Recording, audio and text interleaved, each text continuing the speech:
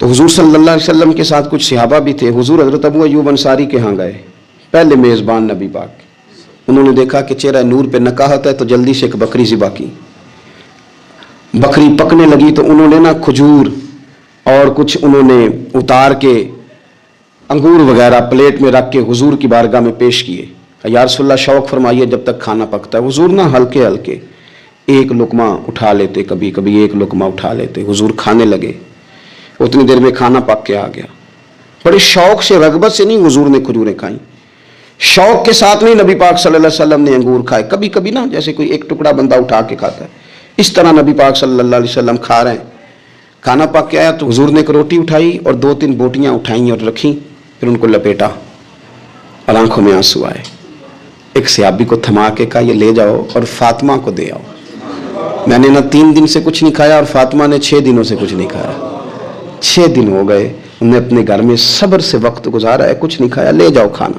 حضور صلی اللہ علیہ وسلم نے نا ان کو صبر سکھایا, حوصلہ سکھایا, ان کو ذوق سکھایا. اور پھر آپ نے سوسائٹی کے اندر کوئی کام کرنا ہے, کوئی انقلاب برپا کرنا ہے, کچھ آگے بڑھنا ہے, معاشرے کو, ملت کو, قوم کو, آپ نے قبیلے کو کچھ دینا ہے, تو اس کے لیے اگر آپ کے گھر والے آپ کا ساتھ دینا تو پھر کام کرنا آسان ہو جاتا ہے. لیکن اگر مشکلات گھر سے پڑنی شروع ہو جائیں, گھر والے حوصلہ شکنی کرنے لگے, گھر والے اگر کمزوری دکھانے لگے, تو پھر بہت سارے کام جو بندہ کرنے کی صلاحیت رکھتا ہے وہ بھی نہیں کر پاتا. اگر گھر سے حوصلہ ملے, گھر والے مشن کے ساتھ ہو جائے, تو پھر تو یوں سمجھ لیں کہ انسان مضبوط ہو گیا, وہ اتنا طاقتور ہو گیا کہ بہت سارے طوفانوں کا خود بخود مقابلہ کر لے گا. حضور صلی اللہ تعالیٰ علیہ وسلم چونکہ بڑا کام کرتے تھے, بڑی ڈیوٹی فرماتے تھے, تو طریقہ مبارکہ یہ تھا کہ سفر کے لیے تشریف لے جاتے یا جہاد کے لیے جاتے تو سب سے آخر میں حضرت فاطمہ کے گھر جاتے, ان سے ملاقات کر کے سفر پہ تشریف لے جاتے, اور جب واپس تشریف لاتے تو سب سے پہلے سیدہ فاطمہ کے گھر, سب سے پہلے یہاں آتے, ملاقات کرتے, پھر تشریف لے جاتے. ایک دفعہ حضور کئی دنوں کے بعد تشریف لائے, سفر کے آثار بھی تھے, اور پھر حضور کا لباس مبارک بھی بہت دنوں سے حضور نے نیا جوڑا نہیں خریدا تھا, پہنا نہیں تھا, شرف نہیں بخشا تھا, تو کپڑے مبارک بھی نبی پاک صلی اللہ علیہ وسلم کے بظاہر بہت پرانے لگ رہے تھے. تو حضرت فاطمہ کے ہاں حضور تشریف لے گئے, تو سیدہ پاک نے نا حضور کے کپڑوں کو جھاڑا اور جھاڑ کر کے عرض کی یا رسول اللہ آپ بڑی مشقت فرماتے ہیں, حضور آپ بڑی مشقت کرتے ہیں دین کے لیے. یا رسول اللہ صلی اللہ علیہ وسلم دیکھیں کب سے آپ نے کپڑے نہیں خریدے, حضور یہ مشقت کب تک, کس حد تک, یہ گویا سوال ہے حضرت فاطمہ کا. یا رسول اللہ صلی اللہ علیہ وسلم اتنی مشقت, تو حضور نے فرمایا فاطمہ تیرے باپ کی ڈیوٹی ہے, تیرے باپ کی ڈیوٹی ہے کہ ہر دیہات میں, ہر شہر میں دین پہنچانا ہے. پھر نبی پاک صلی اللہ علیہ وسلم نے ایک جملہ کہا جو میں نے پہلی دفعہ پڑھا تو بتاتا ہے کہ مشن کتنا بڑا ہے. نبی پاک صلی اللہ علیہ وسلم نے فرمایا فاطمہ جہاں تک رات پہنچتی ہے نا وہاں تک ہم نے اللہ کا دین بھی پہنچانا ہے. جہاں تک رات آتی ہے نا, جہاں جہاں رات پہنچتی ہے وہاں تک رسول کریم کا دین بھی پہنچے گا. حضور صلی اللہ تعالیٰ علیہ وسلم نے یہ انداز حضرت فاطمہ کو سکھایا کہ جہاں جہاں رات پہنچتی ہے وہاں وہاں دین بھی پہنچے گا, وہاں وہاں یہ دین پہنچ کر کے رہے گا. اب آپ اندازہ فرمائیے اتنا بڑا مشن تھا, اور اس میں سیدہ فاطمہ الزہرا رضی اللہ تعالیٰ عنہ ساتھ حضور کے وقت گزارتی ہیں, ساتھ رہتی ہیں. بہت زیادہ آسودگی والی زندگی نہیں, لیکن اس کے باوجود بہت زیادہ پردے کا اہتمام. با پردہ عورت کون ہوتی ہے؟ جو برقع پہنے اور سارا گھوم کے واپس آ جائے. برقع اس نے پہنا, نقاب اس نے کر لیا, اب جہاں دل کرے جائے. نہیں, یہ بھی با پردہ ہے, اس پر بھی کوئی الزام نہیں. لیکن جو اصل با پردہ عورت ہے وہ کون ہے؟ جو گھر سے صرف ضرورت کے لیے نکلے, صرف مجبوری کے لیے گھر سے باہر جائے, ورنہ اپنے گھر سے, وہ عورت با پردہ ہے. ایک دن نبی پاک صلی اللہ تعالیٰ علیہ وسلم نے صحابہ سے پوچھا نا بتاؤ مجھے دنیا میں سب سے بہترین عورت کون ہوتی ہے؟ لوگوں کا اپنا اپنا رویہ ہوتا ہے. کچھ کا خیال تھا کہ جو قرآن پاک کی حافظہ ہو, کچھ کا خیال تھا عالمہ فاضلہ ہو, کچھ کا خیال تھا کہ بچوں کی تربیت ٹھیک کرنے والی ہو, دین جس نے بچوں کو سکھایا وہ بہتر ہے. سب اپنے اپنے انداز میں بات کرتے, لیکن حضور نے فرمایا تم نے میری مراد کو پہنچے. حضرت مولا علی شیر خدا فرماتے میں پیچھے بیٹھا تھا, ذرا میں نے گردن جھکائی اور چھپ کے نا, ویسے بھی قد مبارک بظاہر تھوڑا چھوٹا تھا حضرت علی کا, کہتے میں نکل گیا, حضرت فاطمہ کا حجرہ ساتھ ہی تھا. جا کے میں نے کہا فاطمہ حضور نے سوال پوچھا ہے, اب میں کس طرح یہ بات کروں کہ مولا علی شیر خدا کا علم. حضور نے فرمایا کہ میں علم کا شہر ہوں تو علی دروازے ہیں. تو اگر حضرت علی بھی کسی سے مسئلہ پوچھنے جائیں تو پھر بتاؤ نا کہ سیدہ فاطمہ کا علم کتنا شاندار ہوگا، ان کے علم کا کیا مرتبہ اور مقام ہے کہ حضرت فاطمہ سے پوچھا جا کے، کہا فاطمہ آج نا حضور نے سوال پوچھا ہے تو سب صحابہ محو حیرت ہیں. حضور نے پوچھا بہترین عورت کون ہوتی ہے؟ تو کسی نے کچھ بتایا، کسی نے کچھ بتایا، بات بن نہیں رہی، آپ ذرا جلدی سے بتائیں. تو حضرت فاطمہ کہنے لگی علی بہترین عورت پتہ کون ہوتی ہے؟ یہ آپ نے غور کرنا لفظوں پہ. کہا بہترین عورت وہ ہوتی ہے جسے نہ کبھی غیر مرد نے دیکھا ہو اور نہ کبھی اس نے غیر مرد دیکھا ہو، وہ سب سے بہترین عورت ہے. آپ میری بات پہ غور کریں، بس یہ حد ہے، یہ سیدہ فاطمہ کا پیغام ہے، یہ آج کے جمعے کا میسیج ہے. فرمایا نہ اس نے غیر مرد دیکھا ہو اور نہ غیر مرد نے اسے دیکھا، بہترین عورت ہے. حضرت سیدنا علی المرتضیٰ کہتے ہیں میں چپکے سے آ کے پھر صفوں میں بیٹھ گیا.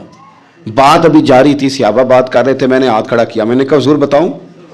فرمایا بتاؤ. میں نے کہا یا رسول اللہ بہترین عورت وہ ہوتی ہے نہ اس نے غیر مرد دیکھا ہو اور نہ غیر مرد نے کبھی اسے دیکھا ہو. حضور نے میری بات سنی تو مسکرا کے فرمایا فاطمہ میرے جگر کا ٹکڑا ہے.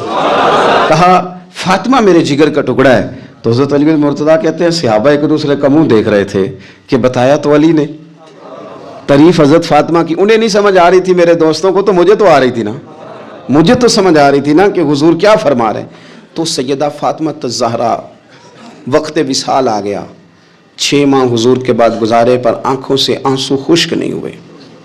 اور عجیب سیرت نگاروں نے باتیں لکھی ہیں، حضور کی اونٹنی بھی آ کے نا حضور کے بعد حضرت فاطمہ کے دروازے پہ بیٹھی رہتی تھی. حضور کی اونٹنی بھی، وہ جو حضور کے جانور تھے نا وہ بھی سیدہ فاطمہ کے دروازے پہ آ کے بیٹھے رہتے. 6 ماہ یوں ہی گزرے. پھر ایک دن حضرت مولا علی شیر خدا کو بلا کے کہا کہ علی بس ایک بات کا خیال رکھنا، جنازہ میرا رات کو اٹھانا. رات کو پردوں میں چھپ کے وقت بتایا ہے، تو اب بھی چاہتی ہوں کہ میرے جنازے کو، میری چارپائی کو بھی غیر محرم نہ دیکھیں. اور پھر فرمایا کہ حضرت اسماء کو بلا کے کہا کہ میرا جنازہ رات کو اٹھایا جائے اور پردے کا خاص اہتمام کیا جائے. تو انہوں نے کہا میں نے حبشہ میں ایک طریقہ دیکھا ہے کہ عورتوں کو جنازوں کو اوپر سے کئی چادروں کے ساتھ ڈھانپ دیا جاتا ہے. فرمایا بس وہی میرے ساتھ بھی کرنا. رات کو ہی جنازہ اٹھا.